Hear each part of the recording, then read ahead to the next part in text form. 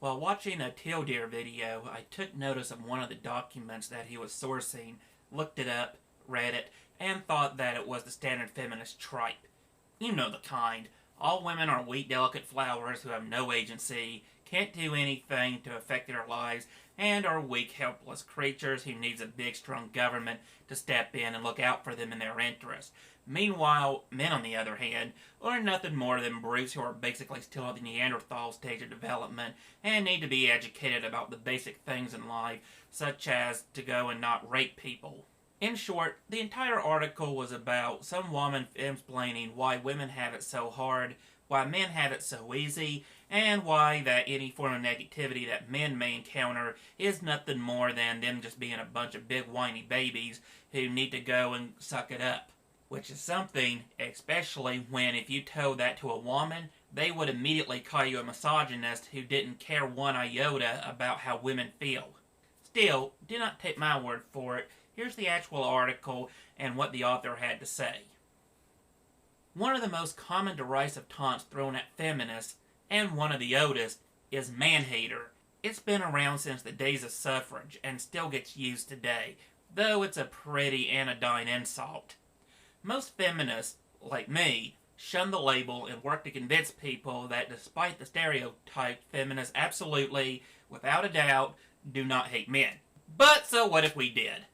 It's not that I recommend hating men or think it's a particularly wise use of one's time, but to each their own.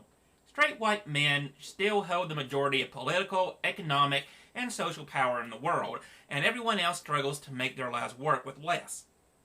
So if the worst thing that happens to a man is that a woman doesn't like him, well, he has it pretty damn good. It's not as if we're living in some sort of Wicker Man-inspired dystopia after all.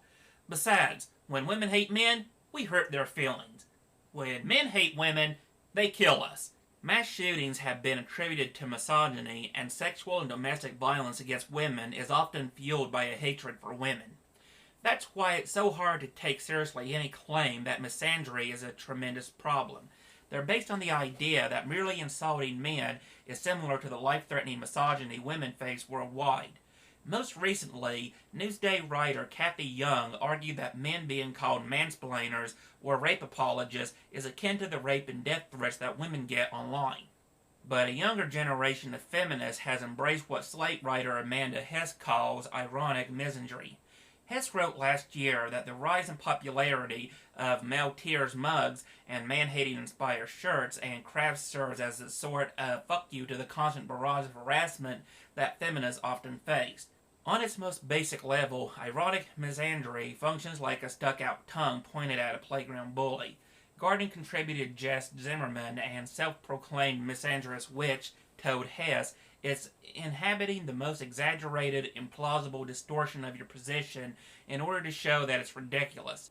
In other words, calling ourselves misandrous is both a way of reappropriating one of the most common insults feminists weather and a way to blow off some steam after a long day of fighting the same battles we did 30 years ago. And honestly, if feminists really hated men, we'd probably come up with a better way to hurt them than funny t-shirts that insist that their tears are delicious. Men have some very sensitive parts, but even the man-hatiness amongst us doesn't go around kicking them willy-nilly. Despite all the fun-loving, internet in-joke misandry, the vast majority of women and feminists do not hate men.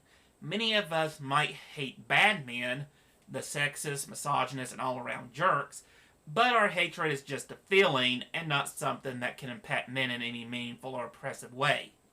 Men who claim to be generally worried about man-hating or misandry are grasping at straws and searching for a victim status that simply doesn't exist.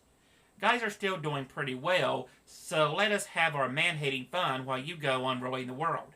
But keep an eye open. Just kidding. Sort of. Well then, as bad as all this is, I did have a bit of inspiration, and so I decided to take the original article, gave it some minor tweakings, and rewrote it in a way that is probably truer to what the author originally meant. Not from the point of view of the feminist, of course, that's already been done by the author, but from the point of view of someone else who believes that their form of discrimination is okay. One of the most derisive comments thrown at whites are that we are all racist. It's been around since the blacks got the right to vote, and it is still used today, though it's mostly an ineffectual insult. Most white people, like me, work tirelessly to educate black people that we are not racist. However, if we were, what difference would it make? Now, I don't believe that going out of one's way to hate an entire demographic is a good way to spend one's time. But for those who do, they are more than free to go at it. Blacks are just presented things on a silver plate for the very reason that they happen to exist. Meanwhile, the poor white folks have to go and struggle day and night just to make ends meet, based on their own hard work, since they don't got a benevolent government to look down upon them in order to get them a bunch of free handouts. So if a black man is being called a nigger, or is being treated like a common thief, well then he's got it pretty good then, since he don't have to worry about anything. After all, it's not like I can just go around town and shoot any random black person that I see like it's 1940. Besides which, you go and tell a black person any of this stuff here, and guess what? He is going to go and shoot you like the little hood rat he is. That's how it works with blacks and whites. A white person will insult you behind your back, but a black person will straight up murder you just for disagreeing what you have to say, which is why we have a lot of them caged off from the rest of society like the animals they are.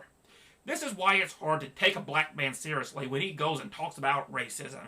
They're basically caught up on the idea that their precious feelings actually matter more than white lives, which explains why whites are adopting ironic racism.